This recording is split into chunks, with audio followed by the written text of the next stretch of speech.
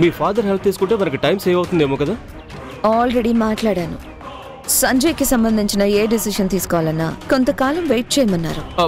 అంటే మీ డాడ్కి నా గురించి చెప్పావా? చెప్తే నువ్వు ఆఫీస్లోనే కాదు, ఈ భూమి మీదే ఉండేవాడివి కాదు. నీ మాటలు నీ ప్రపోజల్లు భరించడం నా వల్లే కావడం లేదు. కన్ను కూతురుతో ఇలా బిహేవ్ చేస్తున్నావు అని తెలిస్తే ఏ తండ్రైనా ఒప్పుకుంటాడా? అయితే వద్దులే, నాకు ఇప్పుడిప్పుడు ఈ భూమిని వదలాలని లేదు. ఏం కంగారు పడకు, పాపి చిరాయివు అన్నారు. నువ్వు నేను చాలా కాలం ఉంటావు. అది నిజమే. ఆ లెక్కను చూసినా నువ్వు నాకన్నా ఎక్కువ కాలమే ఉంటావు.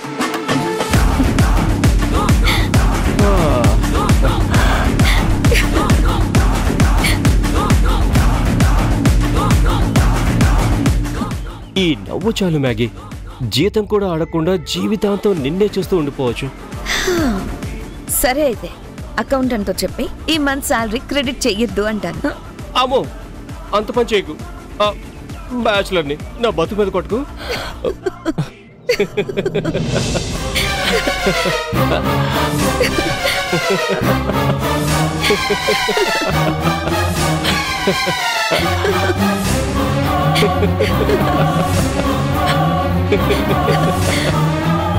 మేఘనా,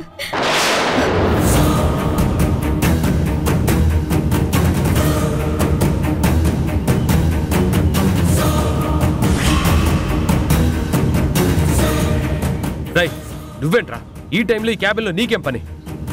నా క్యాబిన్లో వర్క్ ఏం లేదు బాస్, అందుకే మేఘనా గారు కంపెనీ ఇద్దామని. పని లేకపోతే బయట ఎక్స్ట్రా వాచ్మెన్ జాబ్ ఇస్తాను, అక్కడ టైం పాస్ చేయి. సంజయ్, నువ్వేంటి సడన్ గా ఆఫీస్కి వచ్చావు? నిన్ను రావద్దని చెప్పాను కదా. ఏ, నేను రావటం వల్ల మీరు డిస్టర్బ్ అయ్యారా? డిస్టర్బ్ అయ్యేంత ఇక్కడేం జరగలేదు బాస్. నువ్వు నోర్ముయ్, మధ్యలో మాట్లాడితే చంపి పారేస్తా. సంజయ్, ఏంటా మాటలు? ఇది ఆఫీస్ అనుకున్నావా, ఇల్లు అనుకున్నావా? మేనర్స్ లేకుండా ఎందుకు అలా బిహేవ్ చేస్తున్నావు? ఏంటి, నాకు మేనర్స్ లేదా? నీ మొగుడిని వాడు ఇన్సల్ట్ చేస్తుంటే ఆపలేదు, కానీ వాడిని ఒక్క మాట అనగానే నీకు మేనర్స్ గుర్తొస్తుందా? నన్ను ఆఫీస్కి రాకుండా చేస్తున్నది క్యాబిన్లో కూర్చొని వీడితో కుళ్ళు జోకులు వేసుకోవడానికా? ఈ పిచ్చి వేషాలు కడ్డు రాకూడదనా నన్ను ఇంట్లో లాక్ చేస్తున్నావు? మాటలు జాగ్రత్తగా రాని సంజయ్. నువ్వు చేస్తున్న పనులకి అదుపు లేనప్పుడు నా మాటలు మాత్రం కంట్రోల్లో ఎందుకు ఉండాలి? ఆఫీసులో నేను అరెస్ట్ అయిన విషయం సగానికి సగం మందికి తెలీదు, ఏ మీడియాకి న్యూస్కి వెళ్ళలేదు. కానీ నువ్వు మాత్రం ఒక ఫాల్స్ ప్రాపగాండా రెడీ చేసి నన్ను బ్లాక్ చేశావు. అందరి మీద కుట్రలు పన్నినట్లు నా మీద కూడా ప్రయోగిస్తున్నావా? నీ మొగుండని కూడా మర్చిపోయావా? సైనింగ్ అథారిటీ తీసేసిన రోజే నీ చెంప పగలగొట్టుండుంటే పరిస్థితి ఇంత దూరం వచ్చేది కాదు. చెయ్యెత్తి చూడ, ఏమవుతుందో నీకే అర్థమవుతుంది. ఏంటే, నా ఆఫీసులో నన్నే బెదిరిస్తున్నావా? ఈ ఆఫీసా అని ఎవడన్నాడు?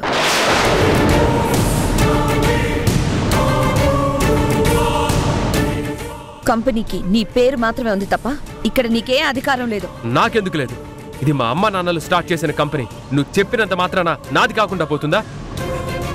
అమ్మ నాన్న వాళ్ళ వల్ల కాదనే కదా వాళ్ళు బయటకు వెళ్లారు. ఛాలెంజ్లు చేసి చుక్కలు లెక్క పెడుతున్నారు. నువ్వెంత, నీ బతుకెంత?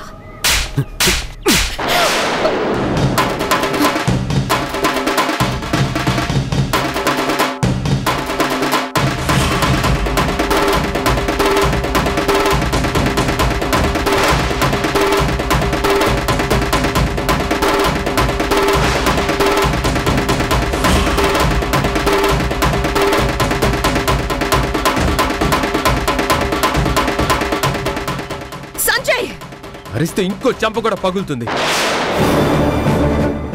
నా ఆఫీస్లో నా మీద చేసుకుంటావు కదా. Security, security!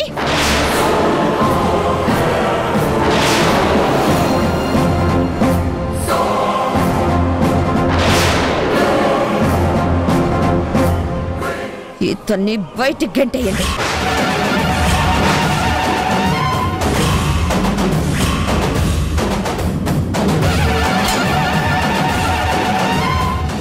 ఏంటి అలా చూస్తున్నారు? అతను మీ బాస్ కాదు, నేను మాత్రమే ఇక్కడ మీ బాస్. మీకు జీతం ఇచ్చేది నేను. తీసుకెళ్ళి బయట పడేయండి.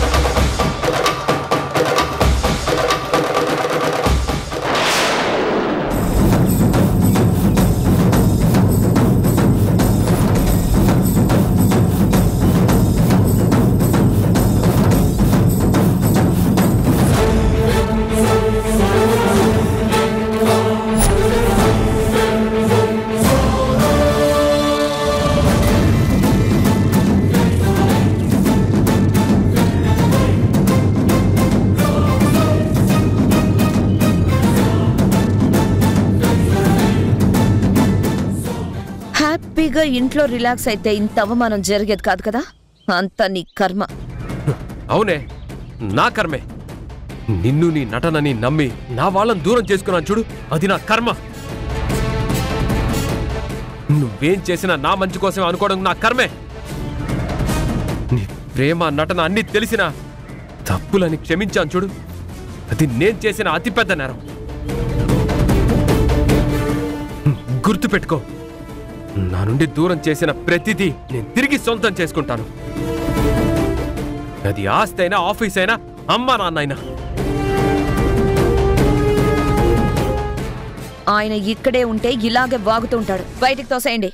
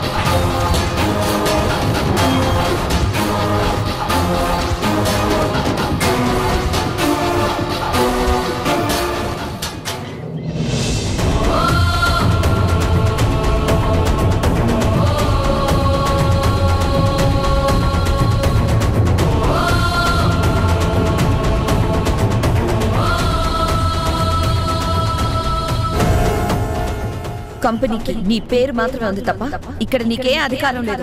నాకెందుకు లేదు? ఇది మా అమ్మ నాన్నలు స్టార్ట్ చేసిన కంపెనీ.